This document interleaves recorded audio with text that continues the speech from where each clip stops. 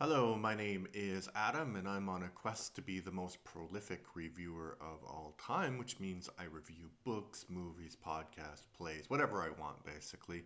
And today I am reviewing the 1954 monster movie classic, the movie that launched one of the most long running franchises and successful franchises of all time, Godzilla. So I'm going to give my opinion. Maybe stick around to the end and see if you agree with my opinion. All right, so if you don't know, Godzilla is a Japanese production, the original. I'm talking about the 1954 uh, film. It's the first film in the Godzilla franchise.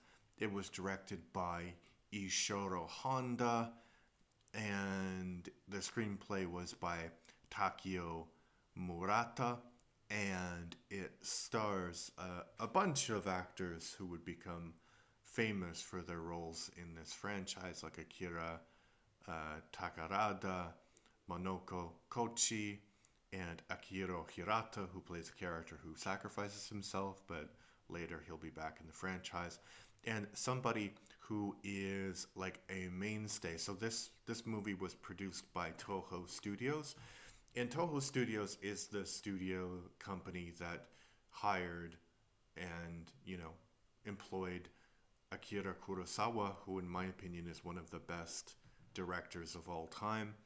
And also, so a lot of these actors, especially the one that I'm going to mention, are in Kurosawa films as well. So Takeshi Shimura, who played the main character in Ikiru, very, very ably, very beautiful, very brilliant film, very brilliant acting.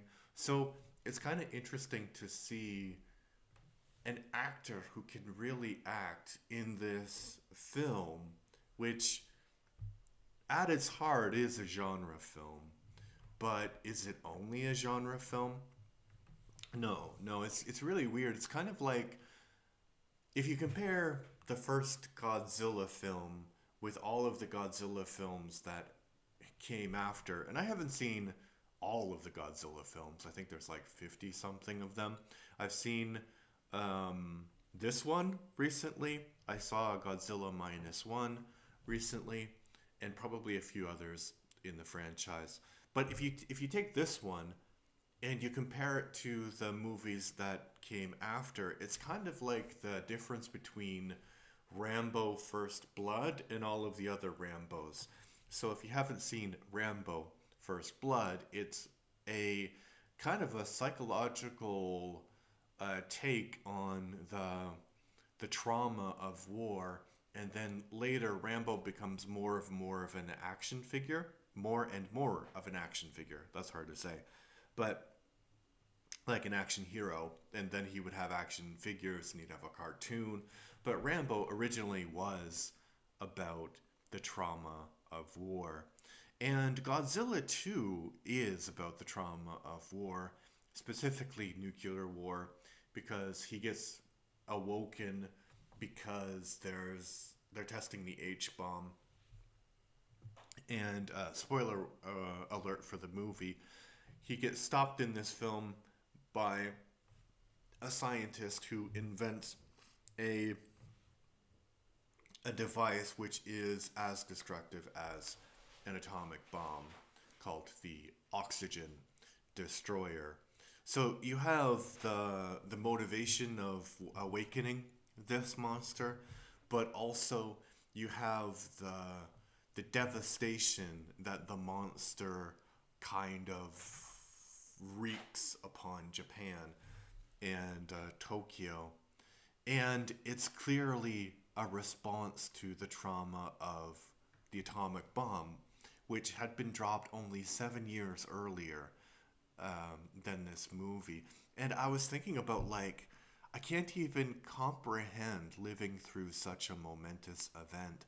And there's two. So, not only is this clearly a metaphor for the atomic attacks on Japan, it's clearly that, like, the destruction is wanton and indiscriminate.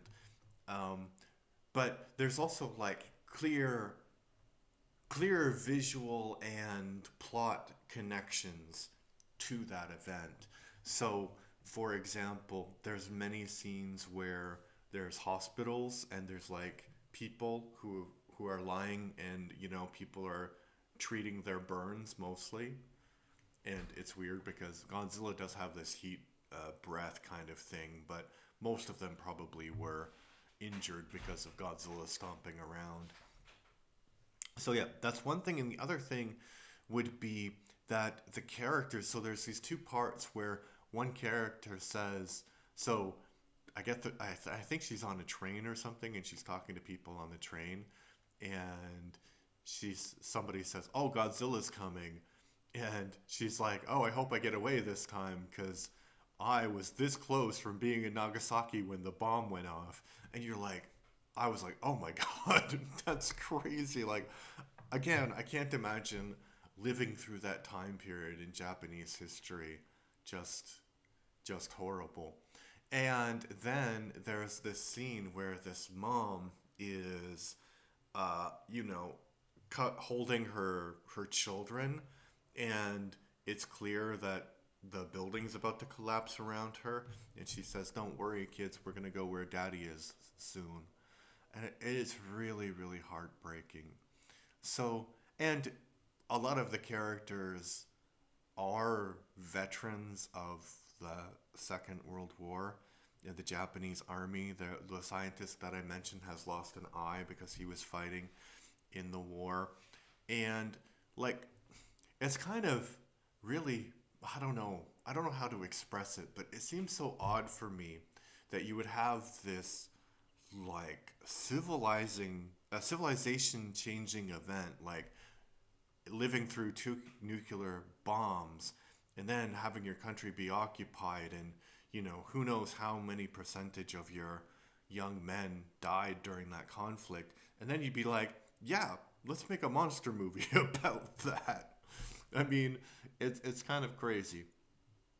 I can kind of understand why they would do it, because there's actually something that Japanese culture probably doesn't have a good track record of talking about, and that is actual guilt for the war and war crimes, because something horrible happened to Japan, right? Like two nuclear bombs were dropped on Japan, and that was really, really horrible, and many civilians died then and later.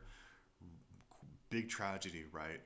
But it's not like Japan was completely innocent, and the Japanese government and the Japanese people were completely innocent in this. They were trying to create their own colonial empire, and they were doing like very brutal things in China and Korea, and you know, uh, they snuck attack multiple countries, like Singapore wasn't a country at the time, but in Hong Kong, the British and also the Americans. So they, at least in terms of the Pacific War against the Americans, they 100% provoked a reaction, and they got a reaction.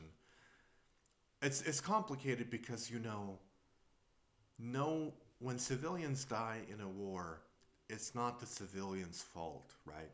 But it's clearly the government and the military's establishment's fault. And you know, there is this like big trauma you can see in Japanese culture and Japanese filmmaking, probably even to this day, right? But the big trauma then is like, we kind of did it to ourselves, but on the other hand, we didn't do it to ourselves, Because it seems like not properly balanced in their opinion, in their minds. And I don't know how I feel about that, because Godzilla is a perfect metaphor for that. It's like some monster that attacks us and we don't have anything to do with it, right? We didn't wake up Godzilla.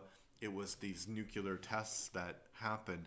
And then it's actually connected to real life, because maybe about a month before they started making the movie, there was some nuclear tests that the Americans were doing, and a Japanese vessel got caught in the way, and the fallout landed on the boat and destroying the ketch, and um, the I think a few people on the boat died. So this was like the first time that Japanese society, well, maybe not the first time, because obviously the two bombs dropped on them, but it was the first time there was a vocal anti-nuclear weapon movement in Japan. Um, and I think like I don't know how to balance the fact that it's about Godzilla is about this force of nature that's awakened by an unnatural weapon, and the Japanese people themselves are not directly responsible for what happens to them. But on the other hand, they have this imperial past that they're not talking about. They're only like kind of obliquely referencing it. Akira is a good example of a film, which is another Toho studio film that I mentioned, but by Kurosawa. And so it's about the dying man's relationship with his son, partially. And his son, there's a scene where his son goes to war, and everyone's, you know, have like got like bonsai like banners and stuff, and it's a train of soldiers going to war, and the son is like crying, and the dad doesn't do anything. So it's also like a scene like, why didn't our parents do anything to stop this, right? And in this movie, it's also obliquely referenced this imperial past. I think maybe I'm maybe I'm stretching at something, but I think the fact that there is sympathy to Godzilla by a few characters, well, one character, this professor, he's like, well, we need to study Godzilla. Like, this is an amazing opportunity. So it does say that the I think it is kind of a metaphor for this reaction. Like, yeah, the Americans did this horrible thing to us, but why did they do that? They shouldn't have done that. That was a horrible thing, but there's like context, and we're not looking at the context. So yeah, I think it's really, for such a simple movie, it's really really complicated, the message of the movie. And what I mean, I think I've probably seen this movie, but in the version that was sent to Americans. In the version that was sent to Americans, all of the references to um, nuclear testing and Nagasaki and Hiroshima were eliminated from the film. So it was just like this big monster movie thing. And monster movies were really popular in 1954 in the United States. But it's interesting, like, Americans could make monster movies that were metaphors for the dangers of atomic experimentation, but the actual victims of atomic weapons couldn't do it in American eyes. Like, that was too controversial. But again, this is only 7 years after the end of the war, where many people's families lost brothers, sons, you know, because of the war, right? Fighting the Japanese. So, so complicated. But yeah, so I think Americans kind of have a perception of Godzilla from the very beginning, which is very different than what the perception of Godzilla is in Japanese culture. And even to this day, like I mentioned that Godzilla is this franchise that has like 50 movies or whatever, but there's like Japanese Godzilla movies, and there's American Godzilla movies. So it's kind of like Star Trek, but different, like more based on culture. And the thing also that's really, really odd about the movie is it's considered to be one of the greatest monster movies of all time. But, and the parts where Godzilla is rampaging and, you know, he's crushing these big models. They actually invented that kind of filmmaking. It's called takusatu media, where you have like a guy in a monster suit who's crushing like a very big models, looks so fun and it looks so good, and clearly they're models, so you can say, okay, yeah, it's fun. It's not a real train that he's picking up, it's like a toy train. So very, very fun. So the movie, so yeah, it's a weird blend of very serious message and fun. This Godzilla's rampage is fun, right? Like, it's like, oh my god, it's like a what do you call that? A demolition derby. It's like a demolition derby, but with a monster. And I think if we look at the actual acting in the movie, it's not that great. Um, Maybe not the guy who plays Akira, the professor. He's actually really good because he's a really good actor. But the other three actors who are like the main, so there's a love interest and a guy and another guy. They're not that good, and especially the actress. Like, she's very cute and everything, but she's screaming all the time.